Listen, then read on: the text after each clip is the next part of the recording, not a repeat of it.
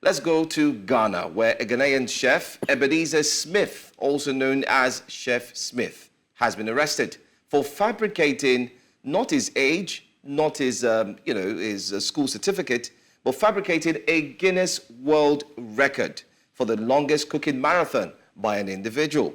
Smith claimed the title on social media, announcing a purported 820-hour, 25-minute cookathon from February the 1st, 2024 to March 6, 2024. Abba. Now, during a press conference, he actually said so, and that happened on Tuesday. However, public relations executive for Guinness World Records, Alina Polianskaya, refuted Smith's claims in an interview with the BBC. She confirmed that Smith does not hold the record and that his supposed certificate is not genuine. We're joined this morning by political and legal editor at Asase Radio, Ghana, Wilberforce Asare. Good morning. Thank you for joining us. Good morning, madam. Thank you for having me. It's good to have you. It's been a while. What's happening? I don't know. The pressure is getting worse. Like they say on social media, the pressure is getting worse. Worse. What's happening with Chef Smith? And why did he feel the need to forge a Guinness World Record certificate? Well, so, indeed, the pressure is getting worse. And that is because here in Ghana, over the last 1 year, there's been a phenomenon since one lady started a Singleton after her success, as in her ability to stay on the course and to do the Singleton. There's been several other tons that have come up, from cookathons to walkathons to standard tons and sleeper tons and all that. This chef is one of those who joined and said he was doing a cookathon. Now, he's not the only one who has done a cookathon. Some other lady did a cookathon in Tamale, and even though she traveled a long haul, she couldn't get the Guinness Ghana record that she wanted. The interesting thing about this chef is that he decided to announce that he is the one who has now got the record, instead of the awarding authority being the one to announce it. However, he still took Ghanaian media and Ghanaian social media by surprise, and nobody was able to probe why he is the one who is announcing his record and not the awarding institution, in this case, the Guinness World Record Authority. And so that is one of the things that has come up as indeed a big surprise, that he decided to do a press conference. Everybody went to that conference and actually supported it. He showed certificates and all that. And it appears majority of the people who went there believed him and subscribed to the fact that he's the one who has the record, only for verifications to be done with Guinness records to know that indeed he is not the one who holds the record. The current record holder is an Irish gentleman who currently holds the record of 119 hours and 57 minutes and 16 seconds when it comes to a cookathon. So that's the situation we find ourselves with Chef Smith here in our jurisdiction. Well, I don't know how are Ghanaians taking this. I mean, I hope we have time to go straight on Twitter. We did collate a few tweets, which we're going to look at later on. But for me to wonder, this chef actually took some time out. He held a press conference. He had a background, like the video, the amateur video we did see. He printed, designed the background, had members of the press come through, and just as you see there on the screen, and people took videos and so on. What does he stand to suffer right about now? What are the risks that he's going to deal with now that he has been, arrested? Well, yeah, so that's a very important question that you have asked. And that's because we are going into the realm of what law can be used against him. He's actually, considering all things, he has actually perpetrated fraud against the society. But we do not have laws that deal with that as it were, necessarily, unless some kind of foundation is laid against him for fraud. So, for example, there were organizations that sponsored him, and they paid money to him to sponsor his cookathon. Now, if those organizations, as we know, make complaints that they have been defrauded by this gentleman, then the laws can apply. But just making the claim that he has a record and it being proved that he does not have the record cannot necessarily on its own stand as a criminal offense against him, at least to the best of my understanding as I know now. We recall that he was arrested because one of the sponsor organizations filed a complaint against him at the police station that he has defrauded them, and he was arrested and detained and then subsequently granted self-recognizance bail. So we are looking forward to whether a charge will be preferred against him, because you can defraud an individual of his resources. You can say that you are capable of doing something, the person gives you money, and it turns out that you are not able to do that. That is fraud. And so he could be charged for defrauding an organization. But as to the claim that I have a record, and then we finding out later on that indeed he has no such record, that alone might not be sufficient to use against him by way of prosecution.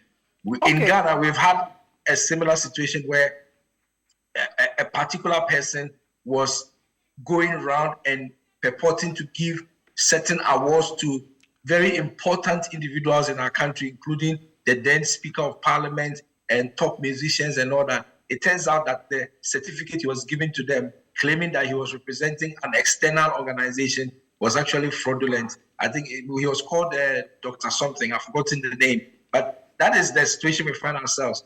If they are able to establish fraud against him by way of those who sponsored him, then it is possible for some criminal charges to be preferred against him and for him to stand trial. Indeed, he did do the cookathon. He was seen cooking and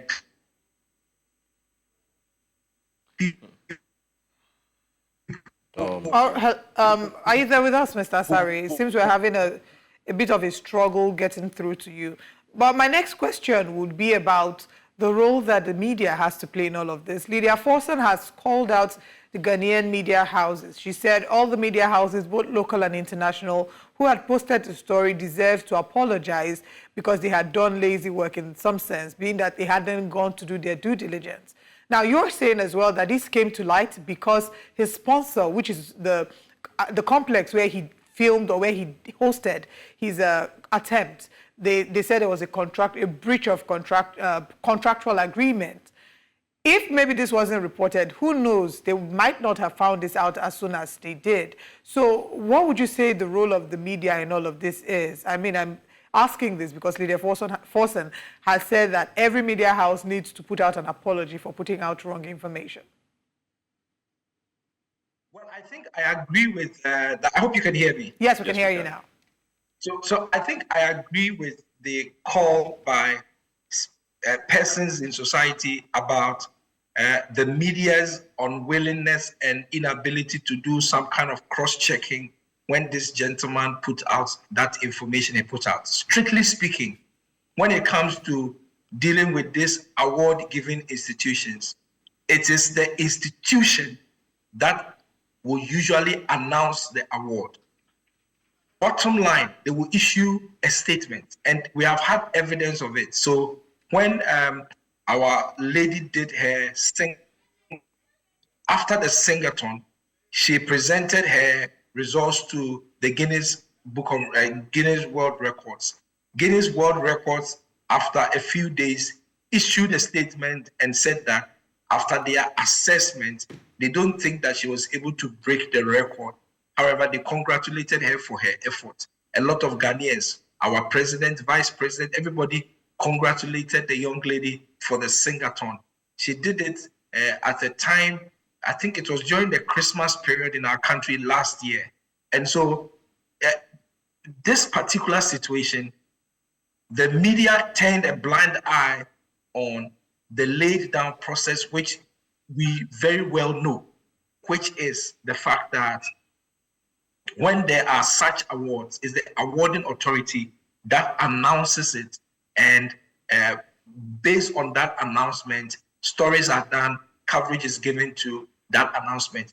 This case, the gentleman himself decided to come and do a press conference, present a fake certificate, and all the media, some way, somehow, followed with it and agreed with it and put it out there as if it was truth. And that is the situation that we find ourselves. So I agree with the cause that the media needs to do some retrospection and to, if necessary, render unqualified apology to their listeners and viewers in Ghana and abroad for this unfortunate situation that it has put out in public domain.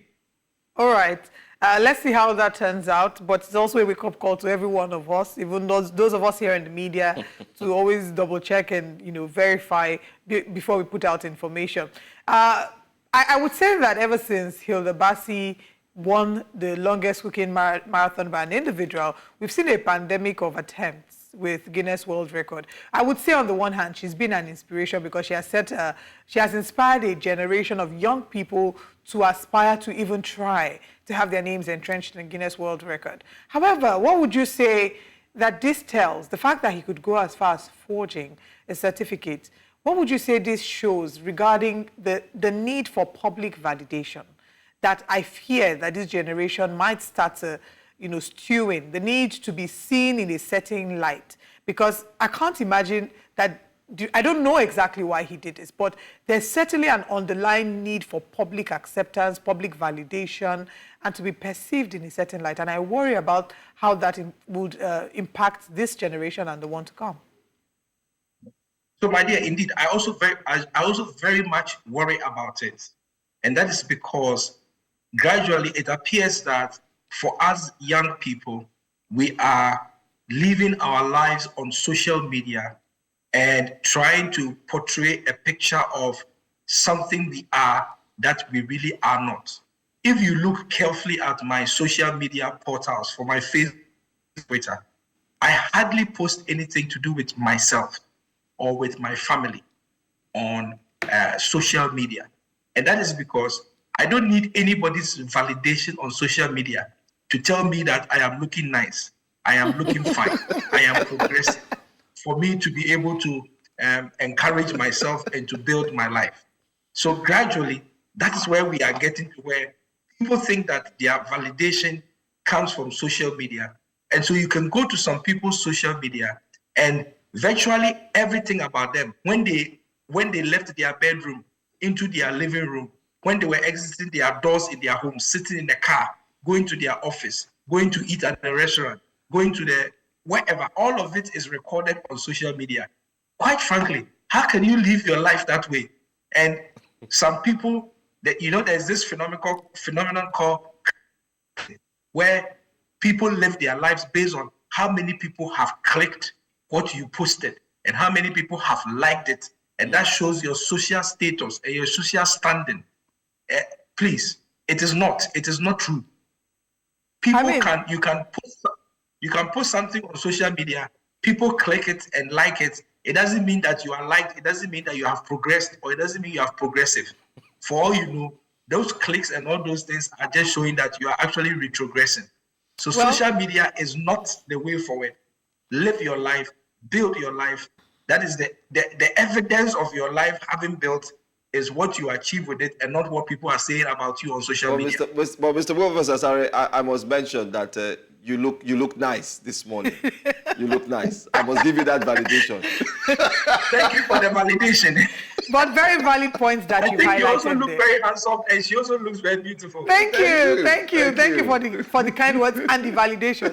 But you have mentioned some very, very key points there that we must build ourselves to the point where we're not entirely dependent on external validation from social media. And even what's worse, I don't have a problem with people sharing their lives, but what's worse is where a number of it, they're just pure lies. I stumbled on someone's page. Her name is Anita Gaito, I believe.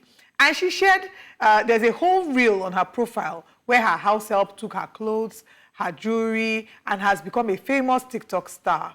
And the house help even went as far as taking her son's clothes to wear for her own son. Like the house help took her madam's clothes, wore for her son, and made content and posted on TikTok. So all of this just, it worries me. There's a breakdown in our value system. People are telling lies. People are feeling the need to impress who doesn't really care about them. It's just a vicious cycle. I hope we can do better in this generation and the one to come. Thank you very much, Mr. Sari. We wish you all the best.